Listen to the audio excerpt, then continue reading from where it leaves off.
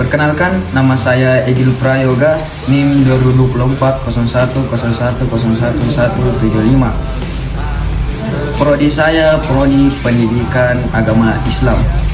Nah, pada video kali ini saya akan membahas tentang korupsi.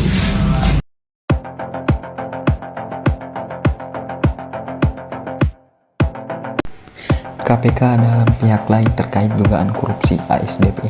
Ex-pejabat PT Antam dituntut 7 tahun penjara dalam kasus korupsi emas. Terdakwa korupsi emas Antam Budi Said dituntut 16 tahun penjara. KPK sita 1, miliar. Dan korupsi ex-PJ Wali Kota, 2 anak buahnya tersangkut dugaan kasus korupsi. Korupsi bukan hanya di kalangan politik, akan tetapi banyak di lingkup-lingkup di sekolah, lingkup kampus, ataupun di lingkup keluarga. Nah, salah satu contohnya di lingkup sekolah itu korupsi uang kas.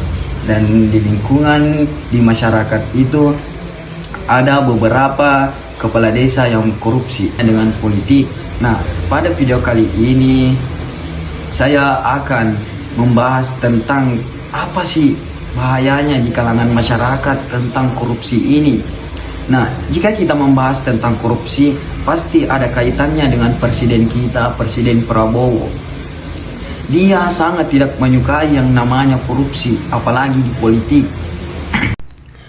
Presiden Prabowo Subianto menyampaikan sambutan dalam peringatan puncak HUT ke-60 Partai Golkar di Sentul, Kabupaten Bogor, Jawa Barat, Kamis tanggal 12 bulan 12 2024.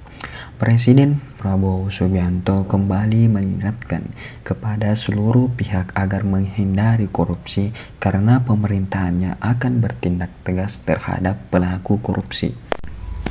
Pernyataan Presiden Prabowo mengenai jangan ada yang loyalitas jiwa korupsi yang keliru memiliki makna yang mendalam, terutama dalam konteks pemerintahan dan kepemimpinan.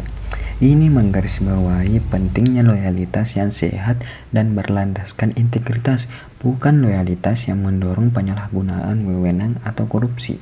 Artinya, dalam membangun pemerintahan yang efektif dan berkeadilan, semua pihak harus menunjukkan loyalitas melalui kinerja yang transparan, akuntabel, dan berorientasi pada kepentingan rakyat, bukan demi kepentingan pribadi atau kelompok tertentu yang bisa menimbulkan praktik korupsi.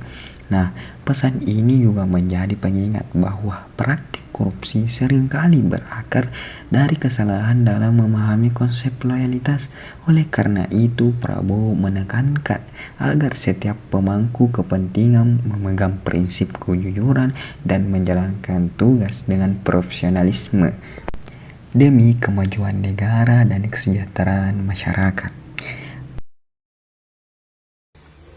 Nah, korupsi ini bukan hanya pada tahun yang generasi Z ini, akan tetapi pada zaman dahulu, pada zaman penjajahan Belanda, Indonesia itu dikenal dengan korupsinya. Bukan hanya pada zaman sekarang, pada zaman Soeharto, Soekarno, banyak pemimpin-pemimpin kita yang korupsi. Pernyataan Presiden Prabowo bukan hanya membahas tentang korupsi, akan tetapi ia juga membahas pada pidato tentang politik yang mahal. Nah, yang dimana politik yang mahal itu contohnya kampanye yang mahal yang diselenggarakan di kampung-kampung dengan biaya yang tidak sedikit, akan tetapi biaya yang sangat-sangat banyak. Pernyataan Presiden yang menyebut tentang sistem politik yang mahal mengacu pada kenyataan bahwa dalam praktik demokrasi modern, biaya yang dibutuhkan untuk menjalankan proses politik seperti pemilihan umum, kampanye, dan penyelenggaraan aktivitas pemerintahan memang seringkali sangat besar. Hal ini bisa meliputi biaya kampanye, penyelenggaraan suara, pemenuhan kebutuhan logistik, hingga penyelenggaraan pemilihan. Mengapa sistem politik bisa mahal? Biaya kampanye pemilihan umum memerlukan dana yang signifikan untuk membiayai berbagai aktivitas kampanye seperti pemasangan alat peraga, penyebaran materi kampanye, iklan, dan kegiatan pertemuan dengan masyarakat.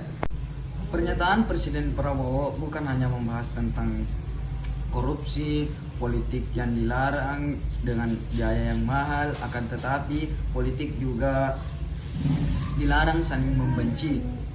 Dilarang saling membenci itu karena politik sebagai sarana persatuan, bukan perpecahan. Politik seharusnya bertujuan untuk menyatukan, bukan saling membenci.